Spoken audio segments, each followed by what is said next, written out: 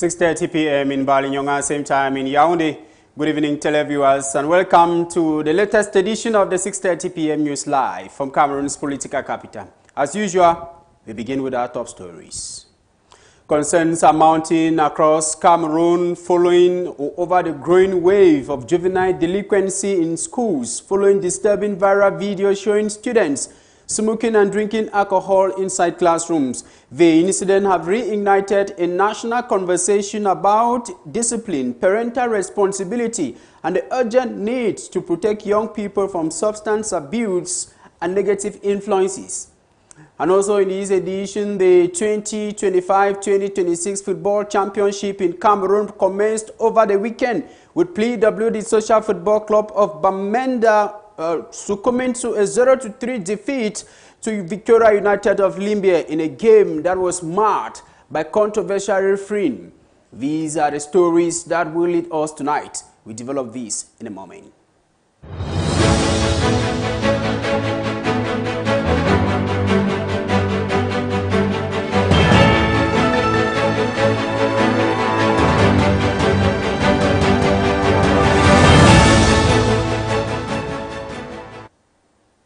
Thank you for joining us this Monday, the 26th of January 2026. We are delighted to have you on the 6:30 p.m. news. We begin the news straight away because the government of Cameroon has taken a firm commitment towards urban sanitation. This follows the distribution of sanitary equipment to the 7 councils in Yaoundé. According to Cameroon's Minister of Territorial Administration, this will enable that the city of Yaoundé remains clean. The event took place at the close of last week, as we share in the following report put together by Jackie Nyebele.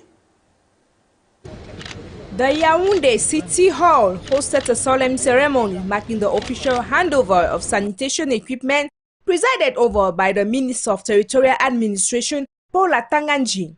The initiative aims to reinforce urban cleanliness across Cameroon's political capital. The ceremony brought together administrative authorities, municipal officials, and technical services, all mobilized around a common objective: improving sanitation and maintaining a clean urban environment in Yaoundé. During the event, the Minister of Territorial Administration officially handed over a significant batch of sanitation equipment to the 7 district councils of Yaoundé. The donated materials included garbage trucks, skip bins, wheelbarrows, and brooms, essential tools for waste collections and daily cleaning operations. And all these trash cans that we see along the roads, we have to remove them. We cannot keep trash cans and refuse garbage all the times along the streets.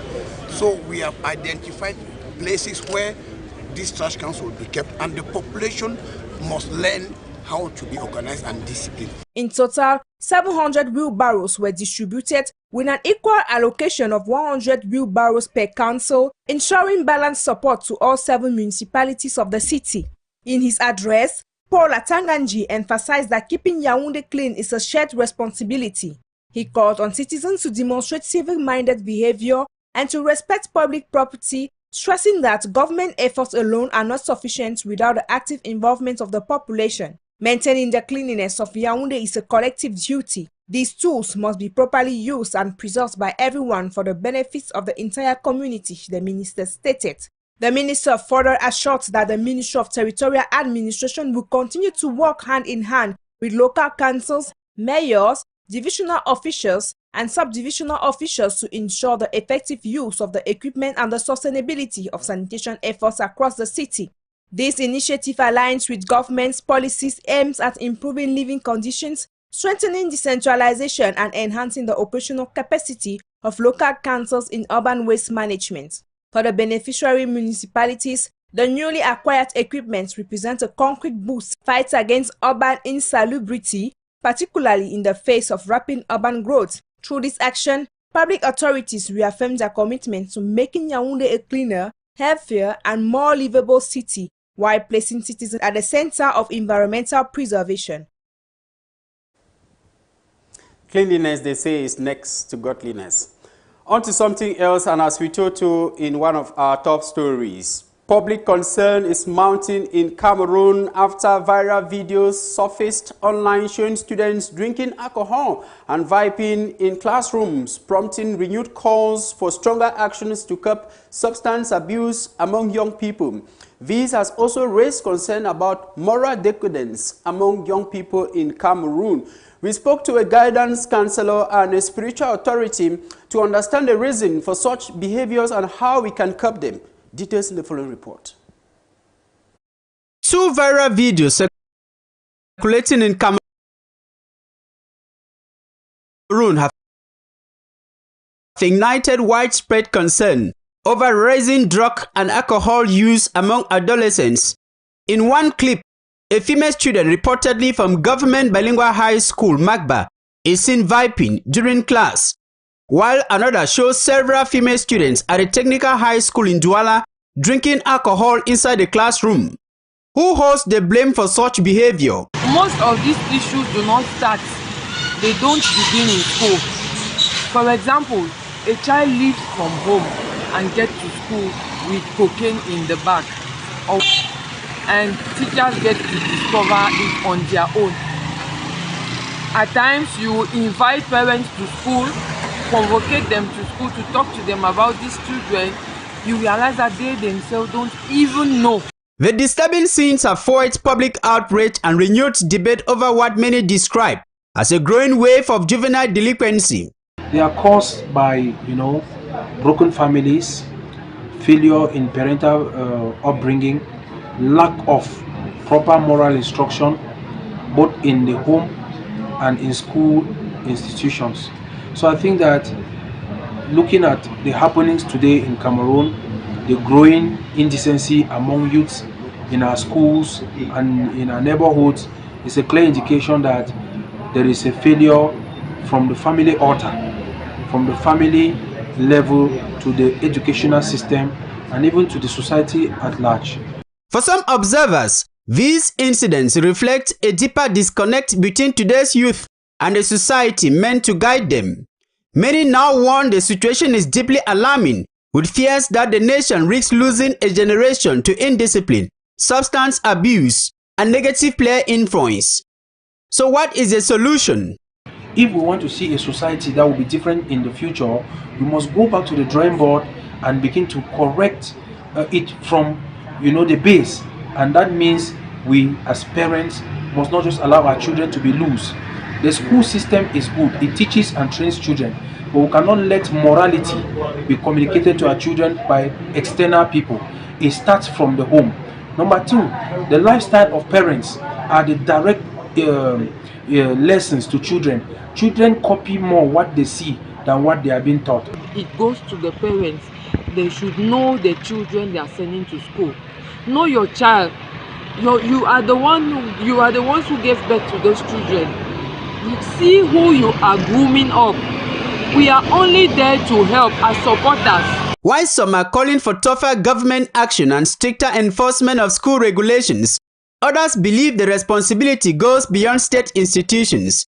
As the African proverb reminds us, it takes a whole village to raise a child. Parents, teachers, community leaders, religious institutions, the media, and even celebrities all have a role to play in shaping values, providing guidance, and protecting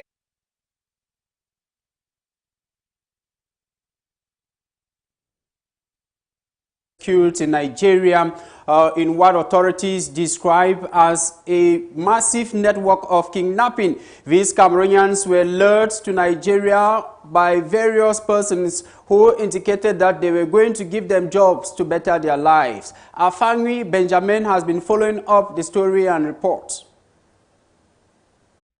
About 46 Cameroonian nationals have been rescued from an alleged exploitation camp in Mowi, Ogun State, Nigeria, following a coordinated operation involving the Nigerian police force and civil rescue team. The rescue, carried out late on January 24th, exposed what authorities described as an organized cross-border trafficking operation targeting young Cameroonians seeking for better opportunities abroad. Investors say the victims were led to Nigeria with promises of well-paid jobs, only to find themselves in camps. The fraud is believed to be linked to a fraudulent recruitment network of CureNet. The rescued Cameroonians are currently in the custody of the Nigerian police, receiving basic care, while diplomatic and logistic arrangements are yet to be done. Security sources believe that many more Cameroonians may still be trapped in undiscoverable locations in Nigeria. Authorities say this rescue is part of a broader effort which has resulted to the release of hundreds of Cameroonians from similar exploitation camps across different parts of Nigeria. In response, authorities are urging members of the public to exercise extreme caution, particularly job offers with abroad travels. A sad one day, and of course, there is nowhere like home. To Bamenda now, after decades of water shortages and repeated attempts to fix a fragile supply system, residents of the Bamenda 3 municipality in Kwen can now count on regular access to clean drinking water thanks to a strategic partnership with German technical experts. Details with Micheline Bilowa. The municipality's water supply system has undergone a major upgrade following the conclusion of the 2026 optimization session led by German partners. The project, championed over the years by the mayor of Bamenda 3, now operates with a more automated and sustainable system, significantly reducing water interruptions and losses. According to municipal authorities, the improvements mark a turning point in the fight against water scarcity, a challenge that has long affected households and economic activities in the area. Before the optimization of 2026, we identified that we had a problem with the circulation of the water. There's enough water, but it's not circulating well within the municipality. So this time around, the optimization have been done, and most of the reservoirs have enough water, and they have interconnected the system, which make water available within the network at every given moment. The people who used to have water before will continue to have water because the system now works perfectly. German technical partners say the new system guarantees efficiency, durability, and easier maintenance. So it was not possible to bring water in far region. In the dry season, it's working fine, but you know, in the rainy seasons, we have a lot of problems with electricity. Maybe we have shutdown and stuff like that. So we thought about how to produce our own energy for have high quality current. So we are building solar panels with 5 kilowatt charging battery. This battery is lithium battery supporting the pump you can see down here in this box, controlled by the control box. So it's completely automatic. With the upgraded infrastructure now in place, authorities say Bamenda 3 is entering a new phase of improved public service delivery, bringing relief to thousands of residents.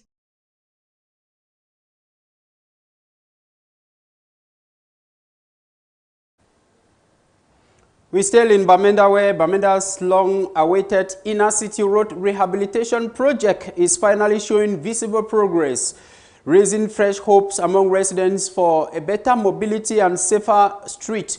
Major structures, including key bridges and drainage systems, are taking shape under works being carried out by Burns Construction Company, signaling what many believe could be a turning point for the city's struggling road network. Here is an up-to-speed report on the conditions of the Bamenda urban project. Work is progressing on Bamenda's inner city road rehabilitation project, a long-awaited initiative aimed at improving mobility across the city. The project, being executed by Burns Construction Company, is gradually taking shape, and residents are beginning to see tangible results. Footage captured on January 25, 2026 shows the box culvert in Old Town Bamenda, part of the inner city road project, now nearing completion. This structure is expected to improve drainage and prevent flooding in a section of the city that has long struggled with poor road conditions. After witnessing the work firsthand, a local bike rider spoke to Tebek TV, saying he now believes Bamenda's roads will finally be reconstructed. He expressed relief that unlike previous promises he considered fake, the current works appear genuine and well executed. Elsewhere, the City Chemist Bridge on Sonak Street is currently under reconstruction. The old bridge was demolished several weeks ago, and Burns Construction estimates completion within 2 months. Residents remain hopeful but cautious, watching closely to see if the company will meet its deadline. On Saturday, January 24, 2026, the Misngeng Bridge was also demolished as part of ongoing road works. This marks another significant phase in Bamenda's urban road improvement plan, which targets multiple bridges and critical road corridors across the city. With these projects advancing, residents are optimistic that Bamenda will soon benefit from safer, smoother roads and improved urban mobility. While timeliness remains tight and challenges are expected, the visible progress is giving citizens hope that the long-promised road reconstruction may finally become a reality.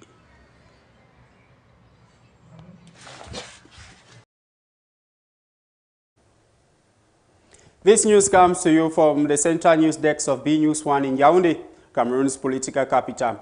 On to something else, the British High Commission in Cameroon has sent off the inaugural cohort of scholars of the Congo Reinforced Alliance for Forest Training for Sustainable Development, known by the acronym CRAFT. 9 Cameroonian students are benefiting from the program fully funded by the British High Commission at a cost of over £9 million. Launched under the Congo Basin Science Initiative, the program aims to strengthen research and capacity building in forest conservation, climate resilience, and sustainable development across the Congo Basin. Here now is an excerpt from the British High Commissioner to Cameroon. I'm so happy with tonight. What we've come together to do is to celebrate science. We've come together to celebrate scientific collaboration. We've come together to celebrate how impressive young Cameroonian scientists are. Specifically tonight, we are celebrating these 9 Cameroonian students who are off to do their masters and their PhDs and in studies to do with the Congo Basin. It's part of an initiative which brings together scientists from the UK and, importantly, scientists from across the region of the Congo Basin and help support them in developing the kind of scientific basis of this kind of basically understudied region. And we hope that this really helps to build the case for why the Congo Basin is so important for global security and for climate change and a whole bunch of issues. And what's been so wonderful about tonight is to listen to these young Cameroonians, to listen to how passionate they are about furthering scientific research and really contributing to our understanding of the Congo Basin, fundamental for. Now, Cameroon joined the rest of the world this Monday, January 26, 2026, to celebrate the International Customs Day. This day highlights the vital role customs services play in facilitating global trade, promoting borders, and supporting economic development. Jackie Nyebele presents the importance of today's celebration. Observed annually, the International Customs Day is an initiative of the World Customs Organization, bringing together customs authority from more than 180 countries. The day serves as an opportunity to recognize the contribution of customs officers to national security, revenue mobilization, and international trade facilitators. This year's celebrations focus on strengthening cooperation among customs administrations while adapting to the evolving challenges of global commerce. Customs services worldwide are increasingly confronted with issues such as cross-border crime, smuggling, illicit financial flows, and the need to speed up legitimate trade. In many countries, including those in Africa, customs administrations play a critical role in mobilizing public revenue, which supports national development projects and public services. Beyond revenue collections, customs officials are also at the front lines of the fight against illegal trafficking of goods, drugs, arms and counterfeit products, as well as the protection of endangered species and cultural heritage. Marking the day, customs authorities organize seminars, open-door events, and awareness campaigns to engage stakeholders from the private sector and the general public. These activities aim to promote transparency, efficiency, and compliance with international trade regulations. As the global trading system continues to evolve, International Customs Day serves as a reminder of the strategic importance of customs administrations in connecting economies, safeguarding societies, and supporting sustainable development. The day also pays tribute to the dedication and professionalism of customs officials worldwide, whose work remains essential to the smooth functioning of the international trade.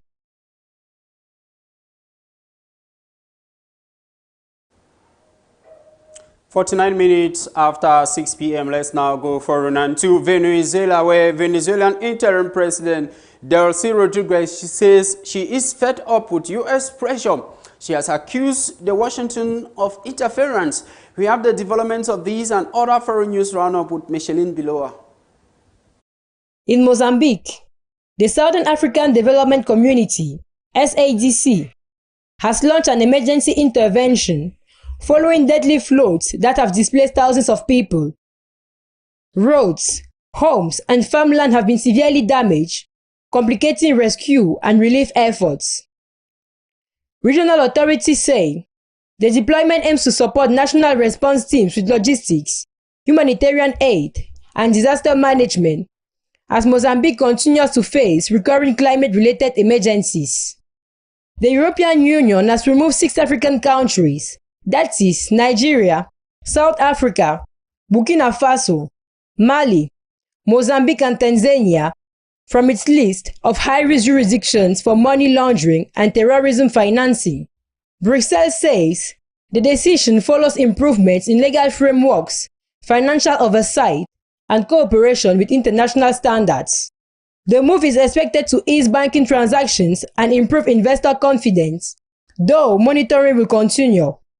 Venezuelan interim president Delcy Rodriguez says she has had enough of orders from the United States, accusing Washington of interference and pressure on the country's political transition. Her remarks come amid heightened tensions following recent development involving U.S. authorities and Venezuela's leadership. Rodriguez insists Venezuela will defend its sovereignty while calling on international partners to respect the country's internal affairs.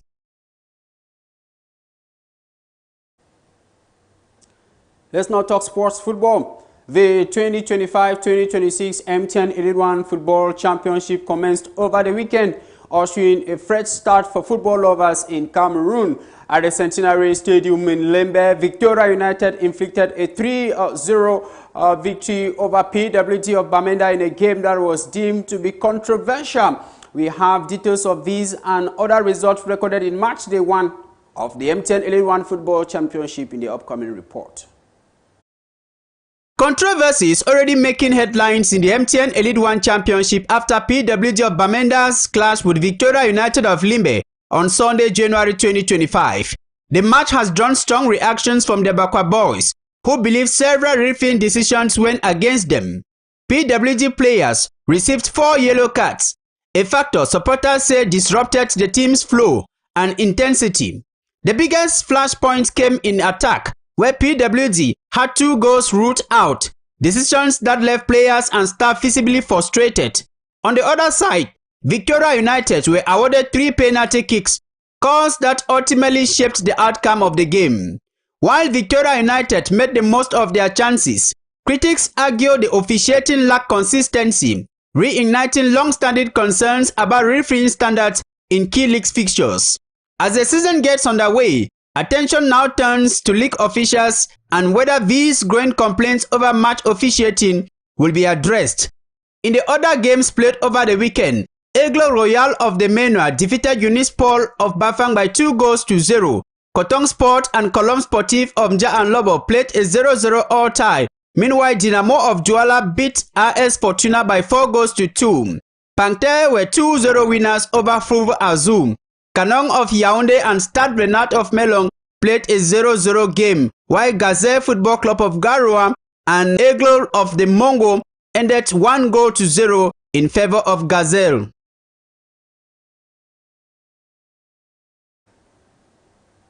Let's have an excerpt of the coach of PWD Social Football Club of Bamenda, the Abakwa boys, Tamo Wango, who spoke to the press after their defeat yesterday. Oh, I'm disappointed.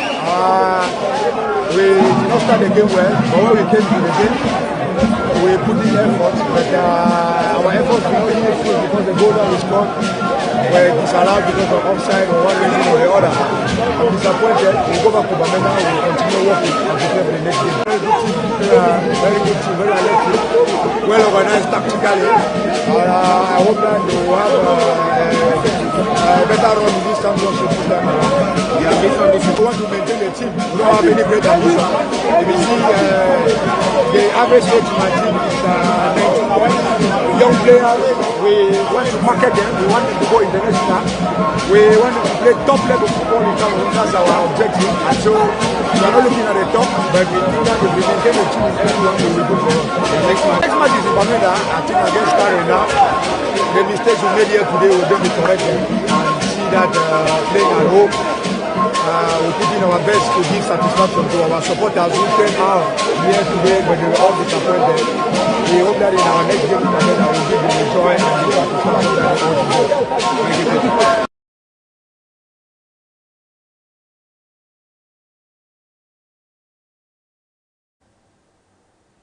Tama Wango, the head coach of PWD Social Football Club of Bamenda, bringing to an end tonight 6:30 p.m. news. Fabiola Achama will be here at 7:30 p.m. for the news in the French language. My name is Fabrice Kedinga. Until we meet again, God bless Cameroon. Good night.